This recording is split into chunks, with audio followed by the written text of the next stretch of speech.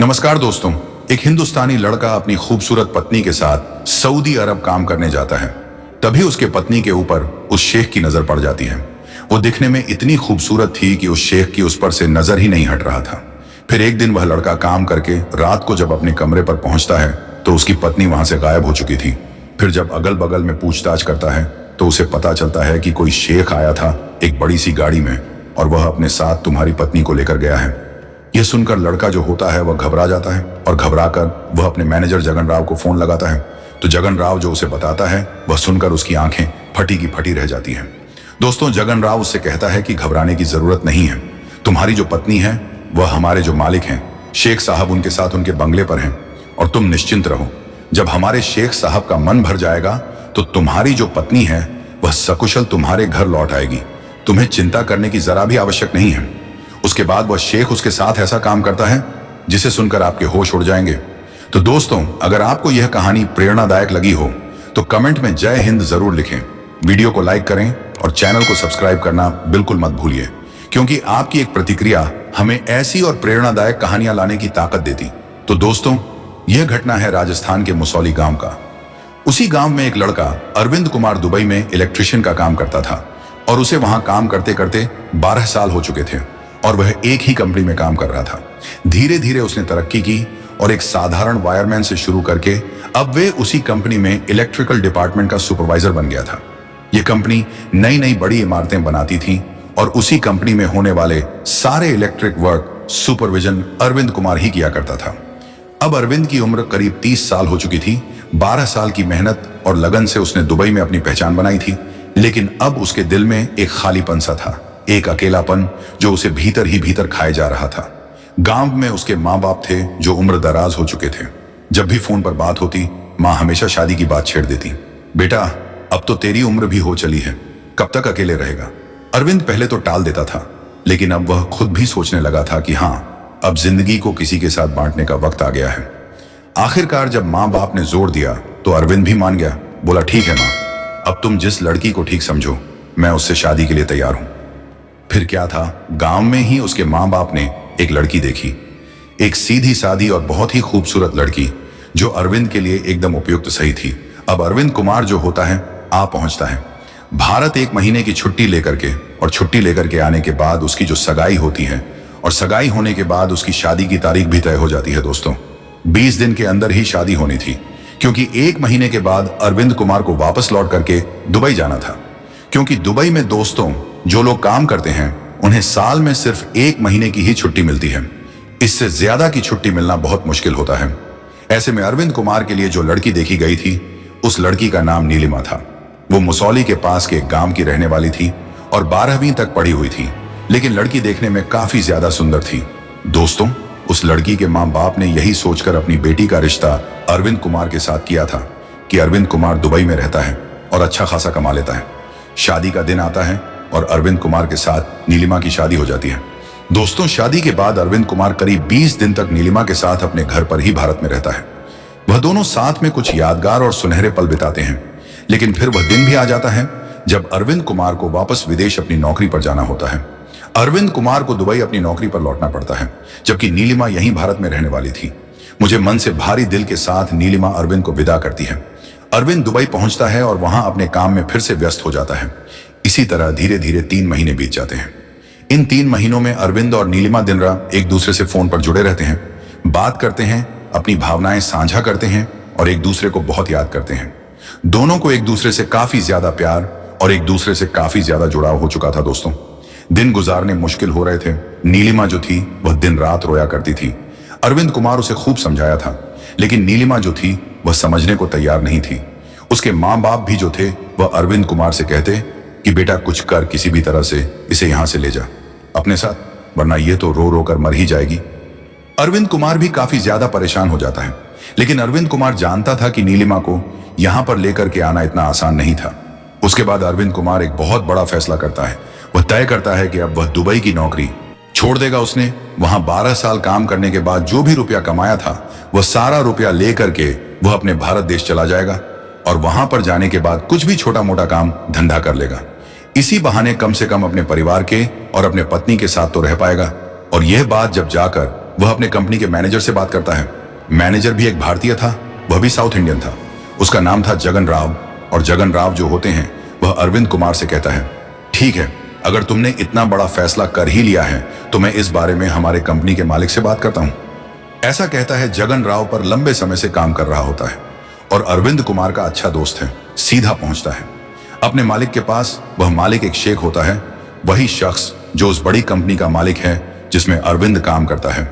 जगन राव शेख साहब से विनम्रता से कहता है, मालिक एक जरूरी बात है, हमारे इलेक्ट्रिक डिपार्टमेंट का जो सुपरवाइजर है अरविंद कुमार, उसने अब वापस अपने देश जाने का फैसला किया है। उसने यहाँ 12 साल काम किया है और अब वह अपने परिवार के पास लौटना चाहता है, भारत देश जाना चाहता है। तो इस पर जो शेख होता है कहता है, तो ठीक है, जाने दो, उसकी जगह किसी और को रख लेंगे।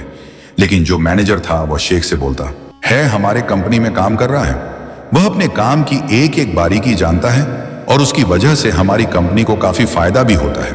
वह ईमानदार भी है और उसकी जगह किसी और को रखेंगे। उसे पहले काम समझाना पड़ेगा, सिखाना पड़ेगा और पता नहीं वह किस प्रकार का व्यक्ति निकले। तो इस पर शेख कहते देते हैं, इसमें मैं क्या कर सकता हूं, कोई रास्ता है तो तुम बताओ। तो इस पर जगन राव जो होते हैं वह उस अरविंद कुमार की समस्या जो होती है वह शेख साहब के सामने रखते हैं कि उसको यहां से जाने का मुख्य जो कारण है वह उसकी पत्नी है। तो कहता है कि वह अपनी पत्नी को यहां तो ला सकता नहीं, क्योंकि अरविंद कुमार जगन राव शेख साहब को आगे समझाता है, मालिक जो काम अरविंद करता है वह लेबर कैटेगरी में आता है और यहां जो भी लेबर कैटेगरी में आता है उसे अपनी फैमिली या बीवी को साथ लाने की इजाजत नहीं मिलती। न कंपनी के रूल्स में यह अनुमति है, ना ही यहां की सरकार के कानून और क्राइटेरिया में यह संभव है। वो आगे कहता है, बस इसी वजह से अरविंद बहुत परेशान है। उसका मन अब यहां नहीं लग रहा, वह अपने परिवार के साथ रहना चाहता है, इसलिए उसने हमेशा के लिए भारत लौटने का फैसला किया है। दोस्तों, तो इस पर जो मालिक होते हैं शेख साहब वह कहते हैं, तो इसमें हम क्या कर सकते हैं, कोई रास्ता है? तो जो जगन राव होते हैं वह कहते हैं, सर एक रास्ता है, अगर हम अपनी कंपनी की ओर से अरविंद कुमार का एक सर्टिफिकेट बना दें इलेक्ट्रिकल इंजीनियर का, तो सर उसके डॉक्यूमेंट क्लियर हो सकते हैं और रास्ता बन सकता है कि वह अपनी पत्नी को यहां पर लेकर के आ जाए, तो फिर कोई दिक्कत नहीं होगी। तो शेख जो होता है वह उस बात के लिए तैयार हो जाता है, कहता है ठीक है कर दो। जगन जो होता है अरविंद कुमार से इस विषय में बात करता है। तो अरविंद कुमार बहुत खुश होता है कि अब तो रास्ता ही साफ है, समस्या का हल ही हो गया। अब वह नीलिमा को यहां ला पाएगा, अपने साथ रख भी पाएगा, नौकरी भी कर लेगा। उसका वह सर्टिफिकेट बनवा दिया जाता है और उसके बाद उसके डॉक्यूमेंट में कोई प्रॉब्लम होती नहीं, नीलिमा का वीजा बनवाया जाता है और उसके बाद अरविंद कुमार जो होता है वह नीलिमा को जाकर के अपने साथ ले आता है। दोनों खुशी खुशी रह रहे होते हैं। एक दिन ऐसे ही ऑफिस में जब अरविंद कुमार आकर के पहुंचता है तो जो जगन राव जो मैनेजर होते हैं वो कहते हैं, अरविंद कुमार कैसी चल रही है तुम्हारी मैरिड लाइफ? तो अरविंद कुमार कहता है, सर बहुत अच्छी चल रही है, आपका बहुत बहुत शुक्रिया, अगर आप ना होते तो शायद मैं आज यहां ना होता। तो इस पर जगन राव जो होते हैं कहते हैं, ऐसा ही कोरा कोरा शुक्रिया अदा करोगे यार, पार्टी तो बनती है इस पर। अरविंद कुमार कहता है, सर आपके लिए तो जान हाजिर है, आप जब कहेंगे पार्टी हो जाएगी वो, तो आप बताइए कब चले होटल। तो इस पर जो जगन है कहते हैं, यार होटल का तो दिन रात खाते ही रहते हैं मैं, तुम तो जानते हो मैं यहां अकेला ही रहता हूं, मेरी तो कोई फैमिली है नहीं, तो होटल का खा के तो हम बोर हो गए हैं। हम तो घर का खाना खाना चाहते हैं और वह भी तुम्हारे घर पर तुम्हारी वाइफ के हाथों का बना खाना, इसी बहाने तुम्हारी वाइफ को भी देख लेंगे।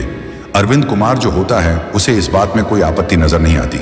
वह कहता है, बिल्कुल सर, अगले वीकेंड का मतलब संडे को हॉलिडे होता है तो संडे की प्लानिंग की जाती है। अरविंद कुमार आकर के अपनी पत्नी को सब बताता है, उसकी पत्नी भी खुश हो जाती है और उसके बाद संडे को अरविंद कुमार और उसकी पत्नी नीलिमा दोनों खुशी खुशी डिनर के लिए अपने सब खाना वाना बनाना, सामान लाना तैयारी करता है। अरविंद कुमार और शाम को रात को 8 बजे करीब जो उनके मैनेजर होते हैं जगन राव अपने 2 साथियों के साथ आकर के पहुंचते हैं अरविंद कुमार के कमरे पर, और उसके बाद में अरविंद कुमार जो था वह शराब भी ले आया था। उसके बाद में शराब का दौर चलता है वहां, तो ये सब चीजें आम हैं दोस्तों, शराब पीते हैं, उसके बाद में डिनर का प्रोग्राम होता है, डिनर किया जाता है और इसी प्रकार से रात के वहां पर 10 बज जाते हैं। इसके बाद जब जाने का समय आता है तो जगन राव जो होते हैं वह कहते हैं, अरे भाई अरविंद कुमार, कम से कम अपनी पत्नी से मिलवाओ, हमने तो उन्हें देखा भी नहीं। अरविंद कुमार जो होता है वह अंदर जाता है और नीलिमा से कहता है कि आओ तुमसे मिलना चाहते हैं। नीलिमा जब निकलकर कमरे में सामने आती है दोस्तों, जगन राव जब उसे देखता है तो देखता रह जाता है दोस्तों। उसकी आंखें फटी की फटी रह जाती हैं। उसके दिल में सिर्फ और सिर्फ एक ही सवाल आ रहा था कि अरविंद कुमार जैसे लड़के को इतनी सुंदर लड़की कैसे मिल सकती है। और वह कहता कुछ नहीं, अपने जेब से शगुन के तौर पर कुछ रुपए निकालकर कि वह नीलिमा के हाथ पर रख देता है।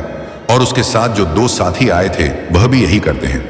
जगन राव को देखाते देखी और उसके बाद वह वहां अरविंद कुमार को कहता है कि अरविंद कुमार, तुम सही में बहुत लकी हो जो तुम्हें इतनी सुंदर पत्नी मिली।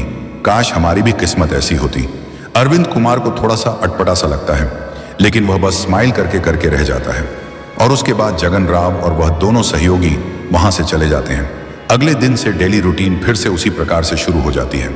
इधर कुछ दिनों बाद जब जगन राव जो था वह अपने मालिक के साथ शेख साहब के साथ मीटिंग में बैठा होता है और किसी तरीके से अरविंद कुमार की वहां चर्चा निकल जाती है।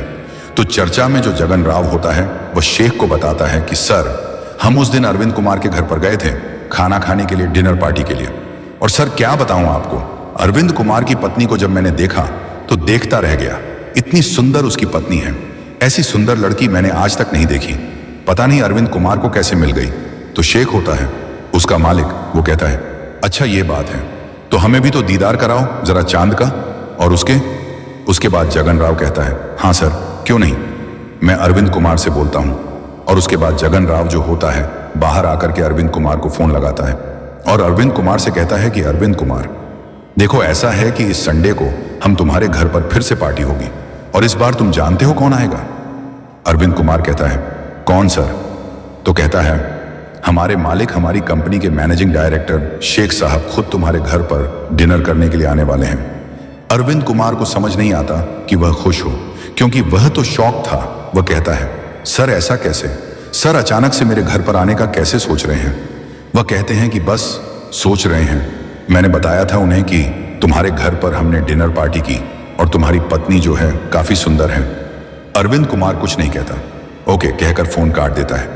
लेकिन अरविंद कुमार को कुछ अटपटा सा महसूस हो रहा था कि शेख जो है क्या सिर्फ उसकी पत्नी को देखने के लिए ही घर पर आ रहा है या बात कुछ और है, क्योंकि वहां के बारे में बहुत सी उल्टी सीधी बातें अरविंद कुमार ने सुन रखी थी। जो दोस्तों जो आए दिन वहां पर घटनाएं होती रहती हैं, लेकिन अरविंद कुमार कुछ नहीं कर सकता था। अरविंद कुमार को मजबूरी में संडे को फिर से पार्टी की प्लानिंग करनी पड़ती है और रात को आकर के पहुंचते हैं। शेख साहब और शेख साहब के साथ में होता है जगन राव और उसके बाद वही पीने का दौर चलता है, खाने का दौर चलता है। और जब भी कुछ सर्व करने के लिए नीलिमा वहां आया करती थी तो जो शेख साहब होते हैं वह आंखें फाड़ फाड़ कर सिर्फ और सिर्फ नीलिमा को ही घोरे जा रहा था। और उसके बाद वह अपने पॉकेट से कुछ एक डब्बी निकालता है और वह डब्बी निकालकर मूंग दिखाई के तौर पर नीलिमा के हाथ पर रख देता है दोस्तों। और उस डिब्बी को जब खुल के देखा जाता है तो उसमें एक अंगूठी थी जो कि काफी एक्सपेंसिव लग रही थी। वह देखकर अरविंद कुमार आश्चर्य हो जाता है और अपने मालिक से कहता है सर इसकी क्या जरूरत थी। तो शेख साहब जो होते हैं कहते हैं ये हम अपनी खुशी से दे रहे हैं और तुम्हें नहीं दे रहे हैं, हम नीलिमा को दे रहे हैं। अरविंद कुमार चुप रह जाता है। नीलिमा को भी चुपचाप वो गिफ्ट एक्सेप्ट करना पड़ता है और उसके बाद शेख जो होता है वह वहां से चला जाता है। जगन राव के साथ इस घटना को अभी 3 ही दिन गुजरे थे दोस्तों। लेकिन 3 दिन के बाद ऐसा कुछ होता है कि अब जो अरविंद कुमार की ड्यूटी थी वह जिस शहर में अरविंद कुमार रहता था उससे काफी दूर दूर उसे भेजा जाने लगा था। इस बात से अरविंद कुमार खुद आश्चर्यचकित था कि मुझे दूर दूर के साइट्स पर क्यों विजिट करने के लिए डेली भेजा जा रहा है। लेकिन वह उसका काम था और वह अपना काम पूरी ईमानदारी से करता था। इस रोज की तरह आज भी अरविंद कुमार सुबह अपने घर से निकला था।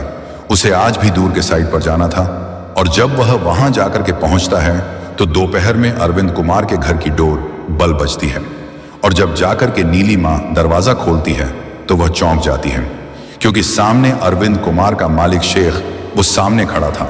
और तभी शेख नीलिमा को देखकर हल्की सी मुस्कान देता है।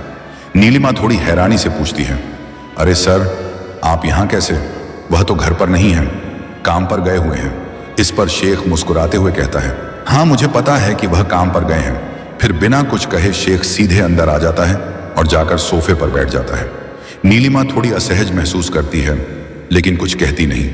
वह धीरे धीरे अंदर चली जाती है और अंदर जाकर तुरंत से अरविंद कुमार को फोन लगाती है और अरविंद कुमार को फोन लगाकर कहती है कि आप कहां पर हो, आपके जो मालिक है साहब वह घर पर आकर के यहां बैठे हुए हैं। अरविंद कुमार एकदम शॉक्ड हो जाता है कि ऐसा कैसे हो सकता है और ऐसा क्यों। वो कहती है तुम जल्दी से आ जाओ, मुझे बहुत डर लग रहा है। अरविंद कुमार उससे कहता है कि नीलिमा, मैं इस वक्त घर से बहुत दूर हूं, मुझे आने में कम से कम 1 घंटा लगेगा, लेकिन फिर भी मैं अभी निकल रहा हूं और मैं 1 घंटे में आकर के तुम्हारे पास पहुंचता हूं। नीलिमा जो काफी डरी हुई थी वह पानी लेकर के जाती है। शेख उस वक्त वहीं बैठा हुआ होता है और उसके बाद शेख जो है वह नीलिमा से कुछ बातें करने लगता है और नीलिमा सिर्फ गर्दन झुकाए सुन रही थी। शेख नीलिमा से क्या कह रहा था यह आपको बाद में पता चलेगा दोस्तों। 1 घंटे के बाद अरविंद कुमार जब घर आकर के पहुंचता है तो घर पर वह नीलिमा को नजर पाता है। घर पर नीलिमा इस वक्त मौजूद नहीं थी और जब अगल बगल में वह पूछता है तो एक जगह से उसे पता चलता है कि एक बड़ी सी गाड़ी आई थी, उसमें एक शेख आया था और वह तुम्हारे घर पर गया और उसके बाद नीलिमा जो है उस शेख के साथ उस गाड़ी में बैठ करके रवाना हो गई। अरविंद कुमार के तो हाथ पांव फूल चुके थे दोस्तों। अरविंद कुमार को जिस बात का डर था शायद वही हुआ था। अरविंद कुमार को यह अंदेशा पहले से ही था कि कहीं ऐसा ना हो जाए। उसके बाद वह घबराते हुए कांपते हाथों से अपने मैनेजर को फोन लगाता है। जगन राव फोन उठाता है और जब अरविंद कुमार उसे बताता है तो जगन राव भी शॉक्ड हो गया था दोस्तों, क्योंकि जगन राव को भी इस घटना के बारे में कोई जानकारी नहीं थी। जगन राव जो होता है अरविंद कुमार से कहता है तुम चिंता मत करो, तुम घबराओ मत, मैं अभी 10 मिनट में तुम्हें कॉल बैक करता हूं। और उसके बाद जगन राव जो होता है वह अपने मालिक को फोन लगाता है। आखिर था वह भी नौकर ही, शेख का डरते डरते वह मालिक को फोन लगाता है और अपने मालिक से पूछता है सर क्या अरविंद कुमार की पत्नी नीलिमा इस वक्त आपके साथ है? तो शेख कहता है हाँ, वो इस वक्त हमारे साथ हमारे विला पर मौजूद है। तो इस पर जो जगन होता है कहता है सर तो अब वो वहां पर कब तक रहेगी? इस पर शेख जो होता है वह जगन से कहता है कि कम से कम 3 दिन तो रहेगी ही रहेगी। जगन राव इससे आगे कुछ नहीं कह पाता। उसके बाद वह कुछ बुझे मन से धड़कते दिल से फोन लगाता है अरविंद कुमार को और अरविंद कुमार से कहता है कि अरविंद कुमार तुम घबराओ मत, 3 दिन के बाद नीलिमा अपने आप घर पर लौट आएगी। इस पर अरविंद कुमार जो है उसे काफी गुस्सा आता है और वह जगन से कहता है कि आपने मेरे साथ ठीक नहीं किया, ये सब कुछ आपका किया दर है, इसमें आपका ही हाथ है, ये सब कुछ आपने किया है। जगन जो होता है वह अरविंद कुमार से कहता है अरविंद कुमार मेरे भाई मेरा विश्वास करो, इसमें मेरा कोई रोल नहीं है, मुझे नहीं पता था, मुझे तो तुमसे ही पता चला कि नीलिमा के साथ ऐसा कुछ हुआ है। इस पर अरविंद कुमार जो होता है वह कहता है मैं अभी थाने जाऊंगा, पुलिस स्टेशन जाऊंगा और जाकर के कंप्लेंट दर्ज कराऊंगा। जगन उसे कहता है ऐसे करने की गलती भी मत करना। अरविंद कुमार पर आए देश में, उन्हीं के देश में तुम उनका कुछ भी नहीं बिगाड़ पाओगे और भूलो मत कि तुम यहां पर अपनी पत्नी के साथ जो रह रहे हो, तुम एक फर्जी सर्टिफिकेट के जरिए से अपनी पत्नी को यहां ला पाए हो और रह रहे हो, और अगर तुम्हारे खिलाफ पुलिस कंप्लेंट और पुलिस केस हो गया, अरविंद कुमार तो जिंदगी भर जेल में सड़ोगे, तुम्हें कोई ढूंढ नहीं पाएगा, तुम दोनों की कोई खोज खबर भी नहीं ले पाएगा, ऐसे गायब हो जाओगे। अरविंद कुमार जो होता है डर जाता है, उसकी आंखों से सिर्फ आंसू बह रहे थे, वह रोने के अलावा और कर भी क्या सकता था। वह रो रो कर 3 दिन काटता है दोस्तों, और 3 दिन के बाद नीलिमा जो होती है वह वापस घर आ जाती है, और घर आने के बाद वह घर में जब अरविंद कुमार को सामने देखती है तो वह फूट फूट कर रोने लगती है, आकर के अरविंद कुमार से लिपट जाती है और दोनों पति पत्नी रोने लगते हैं। और उसके बाद नीलिमा जब थोड़ी शांत होती है तो वह नीलिमा जो अरविंद कुमार को बताती है, वह सुनकर अरविंद कुमार का कलेजा कांप जाता है दोस्तों। अरविंद कुमार को नीलिमा बताती है कि मेरे साथ 3 दिन तक उस शेख ने इतनी दरिंदगी की है, तुम यकीन नहीं करोगे, 3 दिनों तक उसने मुझ तक नहीं पहनने दिए, और 3 दिनों तक रहकर रुक रुक कर वह दिन रात मेरे साथ बस बर्बरता करता रहा, जैसा उसका मन चाहा वैसे करता रहा। मैं सपने में भी नहीं सोच सकती थी, अभी भी मेरे वह सब मैं सोचती हूँ तो मेरा कलेजा कांप जाता है। मुझे कुछ भी हो, किसी भी प्रकार से तुम बस यहाँ से ले चलो। नहीं रहना इस नर्क में लोगों के लिए स्वर्ग है, लेकिन इस स्वर्ग में जो नर्क है वह मैंने भोगा है, वो मैं जानती हूँ। अरविंद कुमार कहता है मैं भी यहाँ नहीं रहना चाहता। नीलिमा तुम चिंता मत करो, हम जल्द ही यहाँ से निकल जाएंगे।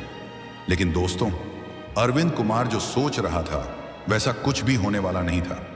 अभी उसके बाद अरविंद कुमार किसी तरीके से कंपनी से अपने पैसे निकालने के जुगाड़ में लगा हुआ था, 4 से 5 लाख उसे कंपनी में जमा थे।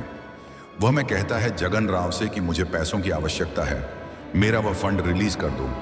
वह कहता है मैं मालिक से बात करूंगा, लेकिन जब वह अपने मालिक से बात करता है तो मालिक कुछ ना कुछ अड़चन बता के वह शेख उस पैसे को रिलीज करने से जगन को रोक देता है और कहता है कि अभी जगन तुम समझते हो, अभी हमारा मन नहीं भरा है। जब हमारा मन भर जाएगा उस दिन वह पैसे रिलीज करना और उसके बाद अरविंद कुमार जो चाहे वह कर सकता है, जहां जाना चाहे वह जा सकता है। तुम तो जानते हो जगन कि हमें उसे शादी नहीं करनी। जब हमारा मन भर जाएगा तो हम खुद ही उसे आजाद कर देंगे। जगन जो होता है ये सुन करके कुछ नहीं कहता, वापस आ जाता है और अरविंद कुमार को फोन लगाकर कहता है कि अरविंद कुमार अभी कुछ समय और लगेगा। इससे ज्यादा उसने कुछ नहीं बताया था। लेकिन दोस्तों 3 दिन के बाद फिर से गाड़ी आती है और मजबूरन नीली माँ को जाना पड़ता है। नीली माँ मजबूर इसलिए थी क्योंकि जिस दिन वह शेख नीली माँ के पास आकर कर घर में बैठा था तो उसने नीली माँ से यही कहा था कि अगर मेरी बात तुमने नहीं मानी तो तुम्हारे पति को मार दिया जाएगा, उसकी लाश तक तुम्हें नहीं मिलेगी और उसके बाद